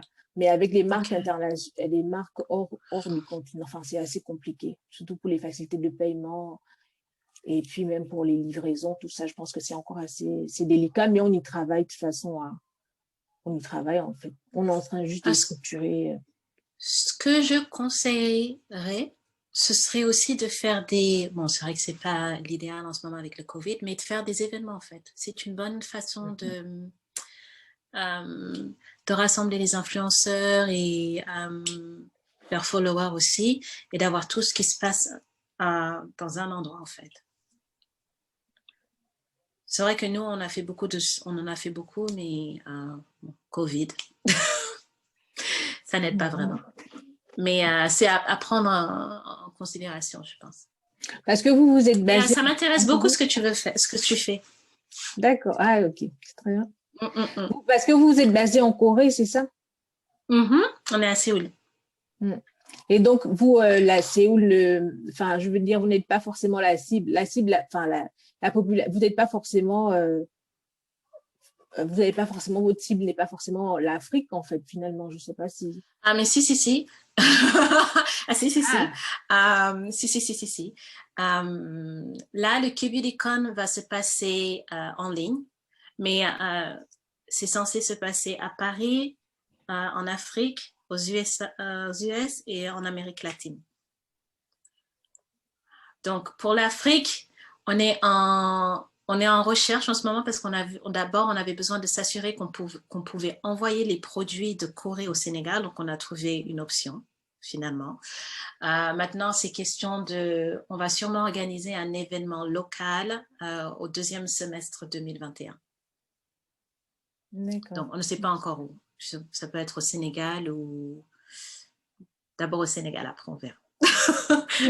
Ok, c'est très bien. Et c'est quel type d'événement, par curiosité? On va faire en fait une introduction à la beauté coréenne avec des influenceuses qui seront basées en Afrique, donc pas forcément, ça peut être le Maroc, la Côte d'Ivoire, le Gabon, ça peut être, peu importe. Et ce serait introduction de la beauté coréenne, comment implémenter les produits, présenter de nouveaux produits. On s'est rendu compte en fait que de plus en plus de personnes utilisent les techniques coréennes pour tout ce qui est traitement de la peau. Moi, j'ai commencé à rencontrer beaucoup de personnes qui sont ici, basées à Séoul, et qui commencent à exporter leurs produits en Afrique. Donc, ça veut dire que ça commence. D'accord. Intéressant. C'est bon, Sonia? Oui, c'est bien, c'est bon. Ok. Fatoumata? Oui, alors merci beaucoup pour la présentation. C'était très riche et on a beaucoup appris. Merci. Oui, donc bon, je pense que je rejoins un peu Malik et Sonia. Donc, Ok. je rejoins Malik dans le sens où, par exemple, je voudrais être influenceuse. Donc, ce webinaire-là m'a permis un peu de comprendre un peu le milieu parce que je me suis rendu compte que dernièrement que je m'intéressais beaucoup, comment dirais-je, au concept de skincare, etc. Parce que je me suis rendu compte que je maltraitais un peu ma peau. Donc, c'est quelque chose qui m'intéresse beaucoup. Donc, j'ai commencé à tester des produits. Je me suis dit, ah tiens, mais pourquoi on n'a pas, comment dirais-je, notamment au Sénégal où je suis actuellement, on n'a pas trop d'informations par rapport, bon, je sais que c'est quelque chose qui commence à se développer. On a quand même des influenceuses. Pourquoi on n'a pas assez d'informations? Est-ce que les gens sont conscients, par exemple, de l'importance du skincare, etc.? Quel produit irait à nos peaux noires? Donc, dans ce sens-là, moi-même, je suis en train de tester et je me disais, ah, mais pourquoi pas me lancer dans ça, par exemple, en voulant être influenceuse. Et l'événement que vous comptez, comment dire, organiser au Sénégal m'intéresse beaucoup parce que je vois beaucoup d'informations sur les produits coréens, etc. Je suis une influenceuse sur Snapchat, Instagram qui parle beaucoup de vous, des produits coréens, etc. Oui, 2 influenceurs même qui parlent beaucoup de ça. Donc, le fait même de passer le marché africain sénégalais, c'est intéressant. Bon, je sais que je ne sais pas si, par exemple, les nouveaux influenceurs ou les potentiels influenceurs sont votre cible ou pas, mais quand même, ça m'intéresserait beaucoup. Donc, moi, ce que je voulais plus, en fait, c'est par rapport, en fait, à des conseils. C'est-à-dire, moi qui veux, par exemple, qui voudrais être influenceuse, c'est pas forcément mon domaine, hein. Je ne suis pas du tout dans le mode de la beauté, mais je voudrais quand même me lancer dans ça. Quels sont les conseils, par exemple, pour percer le milieu, pour être connu? Et j'ai beaucoup apprécié, comment dirais-je, un de tes arguments par rapport au fait que c'est pas seulement en fait le fait de faire une pub pour la marque, mais de faire une bonne pub, c'est-à-dire installer ce climat de confiance avec tes followers, notamment sur des produits que toi-même tu as testés, donc tu es convaincu, etc. Donc tu n'es pas forcément dans le oui, ça marche, etc. parce que tu as forcément des revenus derrière, mais dans le sens où en même temps je partage mes expériences avec vous. Je teste des produits de certaines marques que je vous propose. Et voilà, donc c'est plus dans cette dynamique-là. Ok. Merci beaucoup, Fatoumata. Je trouve... Ok. Ma première question est, est-ce que tu as choisi un réseau sur lequel tu veux te focaliser? J'aime bien Instagram. Je Ok, suis les influenceurs, je les suis sur Instagram, sur YouTube, sur Snap, mais j'apprécie bien le contenu Instagram. Je pense que c'est plus fluide ok, avec, oui, les vidéos, etc. Je pense, hein. Snapchat, parfois, mais je pense qu'Instagram, quand même, ça a du contenu. ok. Alors, la première chose que je te recommande, c'est d'abord de faire une recherche par rapport au qu'est-ce qui est disponible localement ou parce que tu peux commencer d'abord localement du coup et voir qu'est-ce qui se je sais pas, tu peux regarder par exemple, tu veux te consacrer à beauté, les soins de la peau et peut-être regarder qu'est-ce qu'il y a quel genre de contenu se crée dans ce domaine sur Instagram déjà. Mm. Donc tu peux regarder déjà les posts et tu peux regarder les stories avec les hashtags. Après avoir fait ça, tu peux commencer à définir comment tu veux créer ton contenu et à quoi va ressembler ton feed. C'est-à-dire, est-ce que tu vas créer un feed qui va être un mix de vidéos et de photos? Est-ce que tu veux te consacrer sur les photos? Est-ce que tu veux juste faire des vidéos? Est-ce que tu veux te consacrer sur quelques posts et faire beaucoup de contenu sur les stories? Tout ça, c'est à définir. Ensuite, Ok. je recommande de faire un planning. La chose la plus difficile quand on est influenceur ou influenceuse, c'est de créer du contenu de manière continue en fait. Et les gens pensent que oui, voilà, moi je vais créer mon contenu. Ok, aujourd'hui c'est dimanche, je vais créer. Demain c'est lundi, moi je vais créer mon contenu pour demain ou demain et après-demain. Ce que tu fais, c'est que tu planifies, c'est-à-dire que tu dis bon voilà. Demain c'est le 25. Je vais commencer ma chaîne, enfin, mon profil Instagram le 15 février. Je vais créer du contenu pour les 2 prochaines semaines. Et en fait, tu bloques. Et en fait, tu n'as pas besoin. Les gens pensent que, parce que quand tu vas commencer à créer ton contenu, et tu vas voir que les gens vont commencer à te suivre, à liker tes posts, ils vont commencer à attendre que tu postes à chaque fois et peut-être, tu sais pas, des fois, il y a des choses qui se passent, tu vas être busy cette semaine-là et tu n'auras pas le temps de créer ton contenu. Donc, il faut que tu aies de manière continue ton contenu prêt à être mis sur ton Instagram. Donc, ce que tu fais, c'est que tu bloques un week-end. Par exemple, tu dis, bon voilà, vendredi prochain ou samedi prochain, vendredi, samedi ou samedi, dimanche, je vais créer mon contenu pour les 2 prochaines semaines. Et tu crées. Parce qu'en vrai, Instagram, le contenu pour le feed, c'est 1 minute. Et pour l'Insta Story, bon, ça peut durer beaucoup plus longtemps. Mais tu peux déjà savoir, en 2 jours, tu peux créer tout son contenu. Mais tu dois juste être organisé. Donc, tu vas te dire, OK, moi, mon contenu, ça va être sur les soins de la peau. Donc, qu'est-ce que je vais implémenter comme contenu? Est-ce que je veux me focaliser sur les ingrédients? Est-ce que je veux me focaliser sur les marques? Ou je veux faire tout ça en même temps? Donc, en fait, tu décides, OK, moi, je vais créer 6 contenus par semaine. Et puis dimanche, je ne crée pas de contenu. Donc, tu vas dire, OK, lundi, on va créer un contenu sur les ingrédients. Mardi, on va faire un contenu, je vais faire une vidéo. Mercredi, je vais faire un contenu sur... je vais donner un avis sur un produit que j'ai essayé. Jeudi, je vais créer, mais peut-être que je fais juste une photo de moi. Et vendredi, ça peut être, tu peux avoir des conseils sur la peau, par exemple, oui, qu'est-ce qu'il faut faire pour éviter d'avoir de l'acné, des trucs comme ça.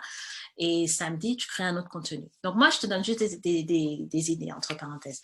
Mais tu fais comme tu suis. Et quand tu as ça, en fait, ça devient, après, c'est automatique. Donc, après, tu vas te dire, OK, bon, tu auras 2 semaines de contenu et tu vas commencer, ça va être automatique. Des fois, tu vas pouvoir être capable de faire 4 semaines de contenu, 3 semaines de contenu. Mais c'est vrai que des fois, tu vas vouloir interchanger des contenus parce que peut-être qu'il y a un truc qui est à la mode en ce moment, tu veux en profiter, des trucs comme ça. Donc moi, c'est ce que je te conseille, c'est d'abord faire une recherche de ce qui se passe et comment toi, tu peux venir t'intégrer dans ce domaine. Ensuite, définis quel va être le concept de ton Instagram. Est-ce que tu veux utiliser juste, comme je t'ai dit, des photos, des vidéos et comment tu vas aussi avoir le layout de ton feed. Est-ce que tu veux un truc qui est cohérent? Parce que des fois, les gens veulent des feeds qui font genre un jeu d'échecs avec des, tu vois, c'est noir et blanc, noir et blanc. Donc, est-ce que tu veux créer un feed comme ça? Ou est-ce que tu veux créer un feed qui a une certaine couleur? Tout ça, tu définis. Et après, tu commences à planifier ton contenu. Et après, tu lances ton contenu que quand tu as assez de contenu pour 2 semaines. Moi, c'est ce que je te conseille. Okay. Comme ça, tu n'es pas pris dans le concept de « Ah zut, il faut que je prépare un contenu pour demain et je n'ai pas le temps. » Et tu fais ton contenu et tu peux utiliser des outils aussi pour poster ton contenu sans que toi, tu le fasses manuellement. Il y a plein d'outils sur ça, sur Internet. Il y a Hootsuite, il y a Later. Il y a que ces deux-là qui viennent en tête. Ben, il y en a d'autres. Mais tu peux trouver, c'est-à-dire que tu rentres ton contenu et tu leur dis, voilà, je veux que ce contenu soit posté dimanche à 17h. Et ça va être posté. Ok, super. C'est intéressant. Bon, je sais que dans un premier temps, il faudra d'abord, comme tu as dit, en fait, travailler sur les contenus, etc., avant d'entamer des collaborations avec des marques ou ce genre de choses. Ouais. Tu veux commencer à contacter les marques quand tu sais que tu as un bon engagement.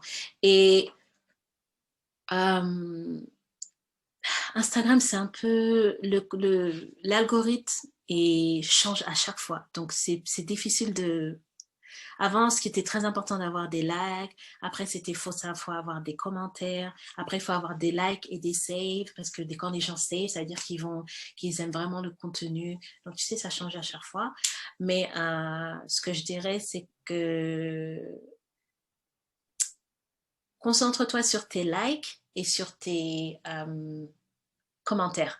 Et aussi, parce que j'ai vu ça aussi avant, éviter de suivre des gens jusqu'à ce que vous ayez plus de gens que vous suivez que de followers. Ça fait pas... Ça fait pas bien. Parce que si tu as 500, tu es à 500 followers, mais toi, tu suis 1000 gens, c'est pas, ça va pas. Ok. Et je pense qu'il y a beaucoup d'influenceurs qui ont cette stratégie. Hein.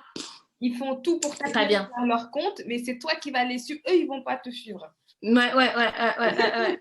Faites attention. D'accord, ok. D'accord. Ça aurait été bien si on pouvait, comme tu disais tout à l'heure, avoir ton contact email. Oui, je suis en train de le taper tout de suite. Ok. Même Aïcha aussi pour d'éventuels webinaires ou... Oui, bien sûr. Alors, je vais aussi le mets dans le chat, comme ça tout le monde le voit. Voilà. Ah c'est un message direct. D'accord, voilà. Voilà, pour moi aussi, c'est bon. Ouais. Donc, si vous avez d'autres questions, je suis toujours contente d'aider.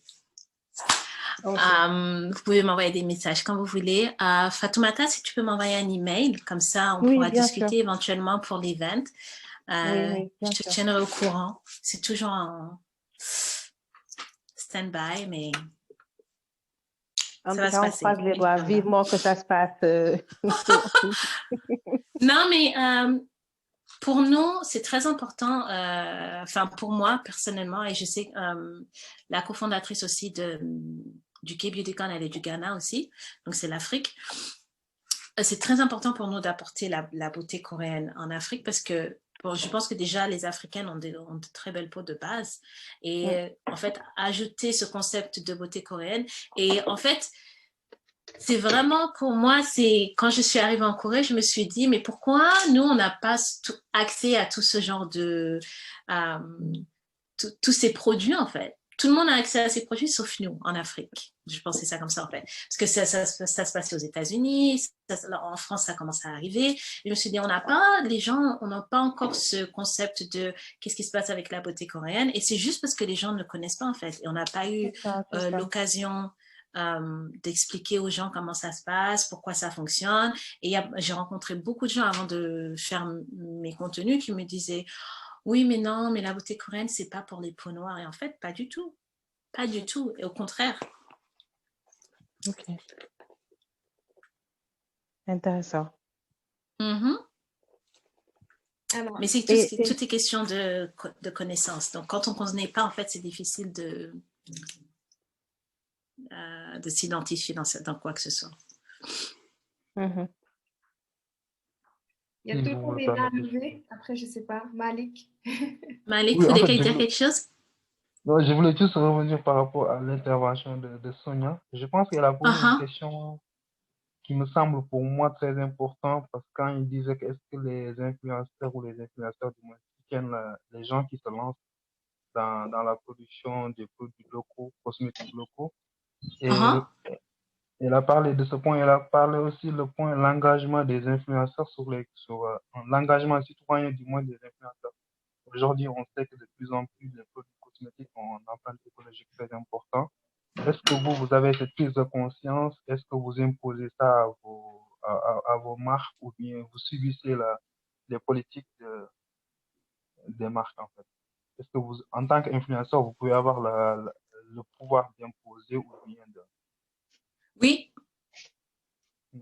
C'est pour ça qu'il est important. Oui, ça se fait. C'est pour ça qu'il est important en fait d'établir dès le début le concept de son. Si tu décides d'être influenceur et tu dis bon voilà moi je suis influenceur et je suis tout ce qui est écologique, je veux tout ce qui est oui, écologique, organique, par exemple. Donc, ça peut être un concept. Il y a des influenceuses, par exemple, qui sont dans ce concept de, voilà, moi, j'utilise que des produits qui sont véganes. Donc, ça veut dire que tu es obligé de travailler avec des marques qui ne sont que véganes. Mais qu'est-ce que ça veut dire, ça? C'est-à-dire que ça, tu as une audience très ciblée, ce qui est parfait. Et après, ça veut dire que tu travailles avec des marques et c'est très ciblé aussi. Et c'est parfait parce que les marques veulent aussi travaillé avec des influenceurs ou des influenceuses qui ont une audience ciblée. C'est beaucoup plus simple pour eux. Ça va, bébé? Et juste pour terminer, est-ce que vous pensez que dans le long terme pour les influenceurs, ça peut être aussi quelque chose qui peut faire la démarcation? Aujourd'hui, on voit que de plus en plus, les consommateurs sont très exigeants sur ces questions. L'empreinte écologique d'un produit cosmétique qu'ils vont acheter, par exemple. Est-ce qu'aujourd'hui, les influenceurs, du moins dans le long terme, ils peuvent se démarquer? Par exemple, quelqu'un qui se lance dans le domaine de l'influenceur, il peut se démarquer un jour en disant que moi, je décide de faire des posts sur des produits qui ont une empreinte écologique moindre ou avec une marque qui s'engage sur les questions environnementales. Est-ce que vous pensez que c'est une stratégie? C'est une stratégie, tout à fait. Tout à fait. Et c'est tout à fait possible. Et je recommande personnellement ce genre de stratégie. Et ça se fait de manière individuelle ou de manière collective, en fait. Je pense que les influenceurs, ils peuvent créer une association ou, je ne sais pas, une structure pour avoir plus de poids, en fait. Ben, ça dépend, en fait. Parce que si tu fais une association, donc par exemple, si tu dis que tu veux être sur ce concept voilà, moi, je suis que sur ce concept écologique. Si tu as trop de personnes qui font la même chose, tu peux perdre de cet impact. Donc, après, c'est une question de choix. Si tu veux, tu peux créer un collectif. Mais dans ces cas-là, c'est mieux d'avoir un collectif pour une page, mais pas avoir est-ce que tu comprends ce que je veux dire?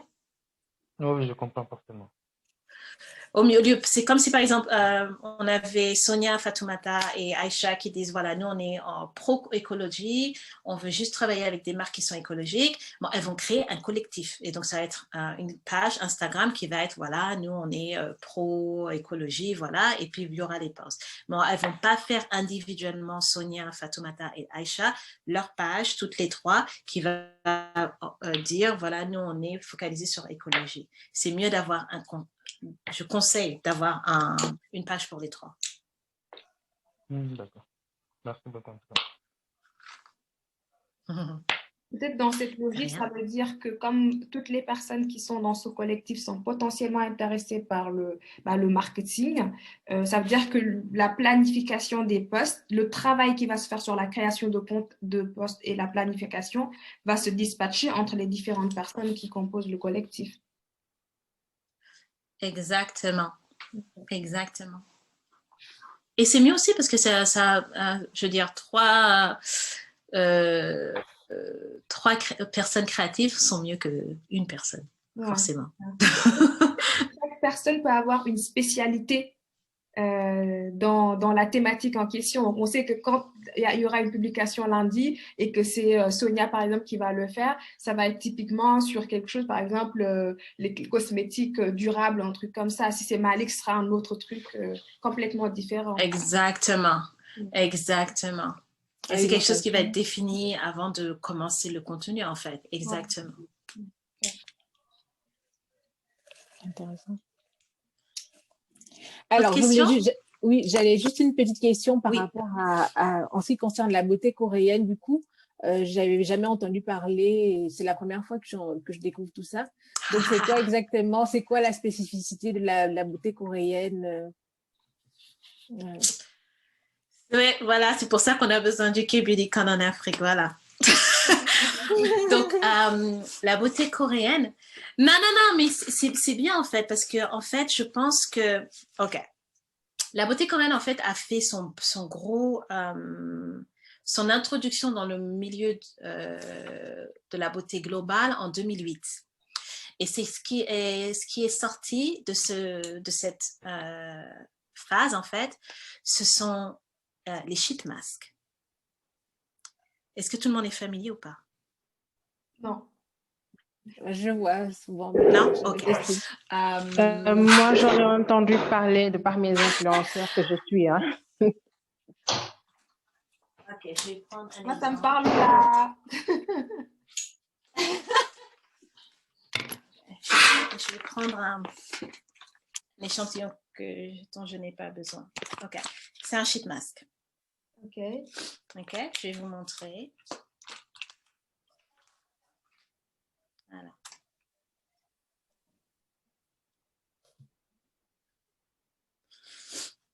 Donc, un sheet mask, c'est le masque en tissu. D'accord. Ok? Et c'est ce qu'on met sur la peau. Ok. Donc, ces masques en tissu viennent de Corée, ont été créés par les Coréens. Le concept est que chaque masque en tissu, comme ça, est imbibé d'essence. Donc, en fonction de chaque des besoins de la peau, en fait, ben, on utilise un masque. Donc, si tu as des problèmes d'acné, ben, y a un masque pour l'acné. Si tu as des problèmes d'anti-âge ou des problèmes de... Tu vois, c'est plein de produits. Donc, si tu as des problèmes d'acné, des problèmes des taches noires ou... peu importe. Pour tous les problèmes de peau, il y a un masque en tissu, en gros. Et donc, c'est la Corée qui a rendu ça, qui a créé ça, et c'est arrivé aux États-Unis en 2008.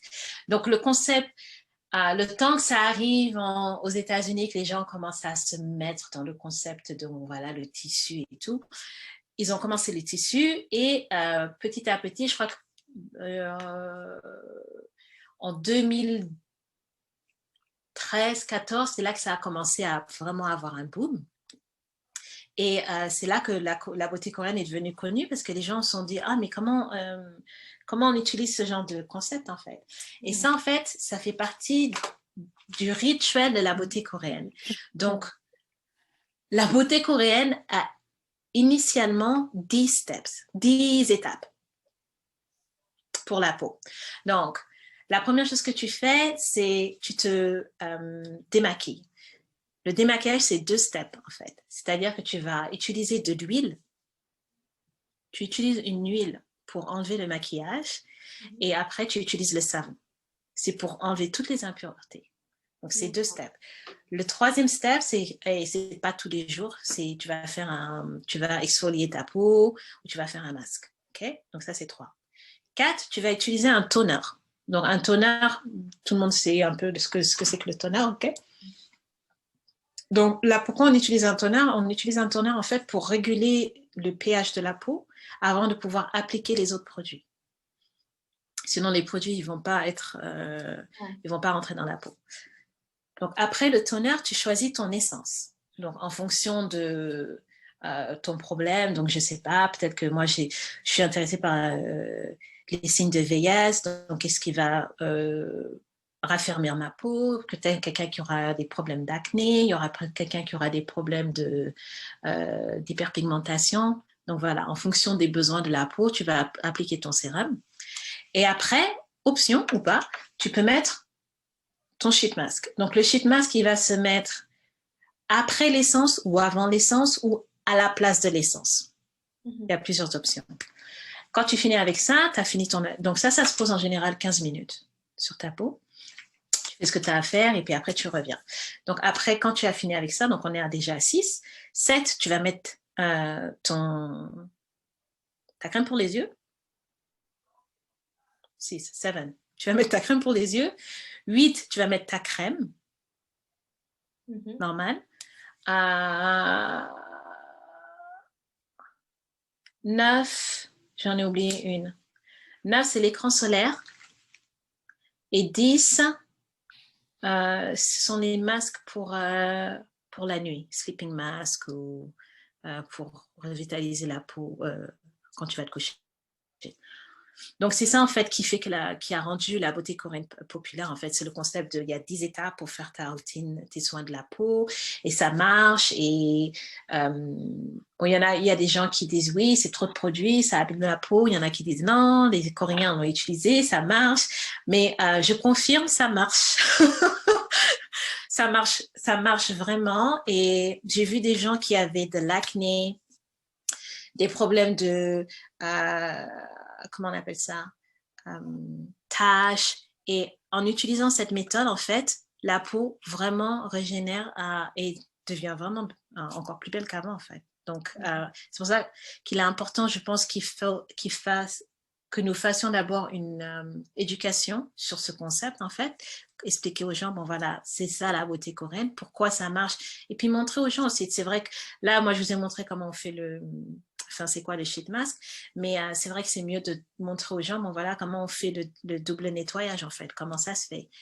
Pourquoi, et montrer pourquoi, parce que c'est important aussi de voir, c'est-à-dire oui, bon, on peut utiliser le démaquillant et le savon, mais il y a une grosse différence en utilisant juste l'huile et le savon. Donc, ce sont des trucs comme ça, en fait. Donc, ça, c'est une petite parenthèse sur ce qu'est la beauté coréenne.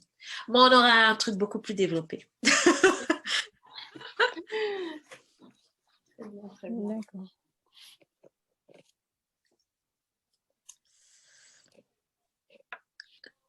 J'ai encore des... c'est bon? Il y a des gens qui ont encore levé la main. Fatoumata? Non. Je pense qu'elle n'a pas encore été. Ok. Sonia, c'est bon? J'aurais une dernière question.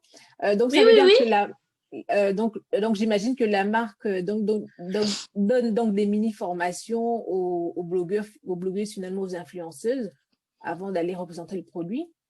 Je sais pas. Oui ou non? Pas forcément. En général, on envoie les informations. Enfin, moi, quand je travaille avec une marque, en général, ils m'envoient les informations sur la marque et je fais une recherche en plus de ça sur la marque, en fonction de ce qu'il y a sur les réseaux sociaux ou ce qu'il y a sur Internet. Je vais regarder leur Instagram. Je vais aussi regarder leur site, s'ils ont un site web. Je vais regarder aussi les autres avis sur d'autres sites. Et après, de là, je vois comment je vais faire mon propre post. D'accord. Mais pour les événements locaux que la marque organise, c'est en ce sens-là, c'est dans le sens où il faut organiser finalement quand même des mini-formations. Mais initialement, quand on allait faire le K-Beautycon, le premier devait être à Paris au mois d'avril 2020, mais on n'a pas pu à cause du Covid. Mais le concept qu'on avait eu, c'est que chaque marque avait déjà envoyé tous les produits. On avait choisi des consultantes, en fait, qui devaient utiliser les produits pendant 1 mois, juste les produits de la marque, pour qu'elles-mêmes, en fait, elles voient la différence. Et le jour de l'event, en fait, c'est elles qui vont représenter la marque en expliquant elles-mêmes, parce qu'elles ont essayé les produits, quelle a été la différence, qu'est-ce qu'ils ont aimé, pourquoi. Et évidemment, on leur donne aussi un exposé sur la marque, comment la marque a été conçue, quel est le concept de la marque, parce que c'est important aussi. Je pense que les gens maintenant, on est dans une ère où les gens veulent savoir d'où vient la marque, pourquoi la marque a été créée, qu'est-ce qui fait que la marque elle est spéciale. Donc quand on a toutes ces informations, les gens ils sont plus confortables en fait pour se dire ok, bon ben ça a l'air d'un produit bien, je vais essayer. Ok.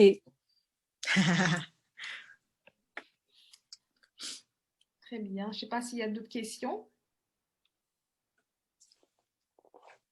Ok, bon.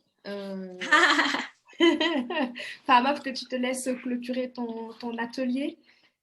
Ok, bon, écoute, je ne pensais pas que ça allait être aussi long, mais c'est bien. J'aime répondre aux questions. Ça veut dire que ça a été intéressant. Moi, je pense aussi. Merci à tout le monde d'être venu. Si vous avez d'autres questions, j'ai mis mon email, n'hésitez pas. Je suis toujours disponible pour aider des compatriotes et aider dans quel que soit le domaine, si je peux aider, si j'ai des informations.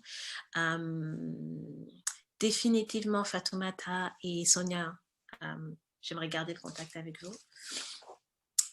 Malik, tiens-moi au courant de ton concept Instagram ou TikTok pour ce que tu prévois. Ça m'intéresse. TikTok peut-être pas, mais Instagram, oui. Moi aussi, ça m'intéresse.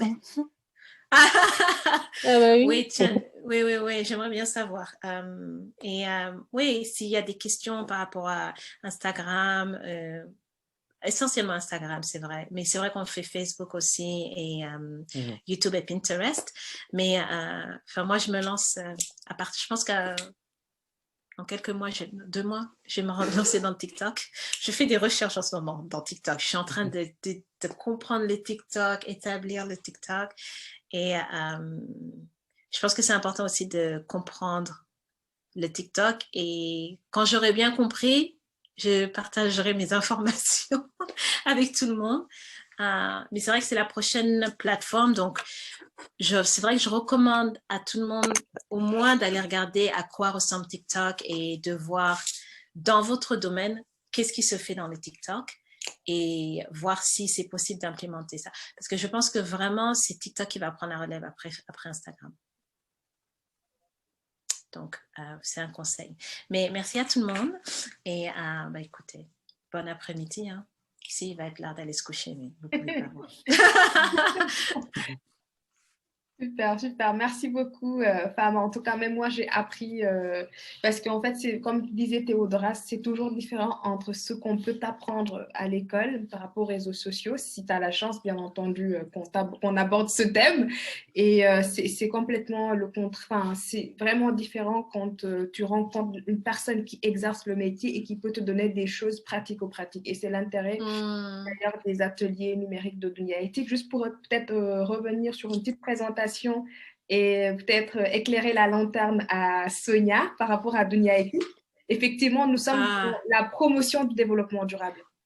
Mais dans le développement durable, il y a également des objectifs qui sont hyper importants, à savoir l'employabilité. Et c'est dans ce sens qu'on a lancé les ateliers numériques de Dunia Éthique pour inviter des personnes comme Fama qui ont des compétences dans un secteur donné et qui peuvent partager leur expérience et donc permettre à des personnes comme vous, comme Malik, comme Théodora, Elage, etc., de pouvoir du coup monter en compétence sur ces nouveaux métiers. Mais ne vous en faites pas.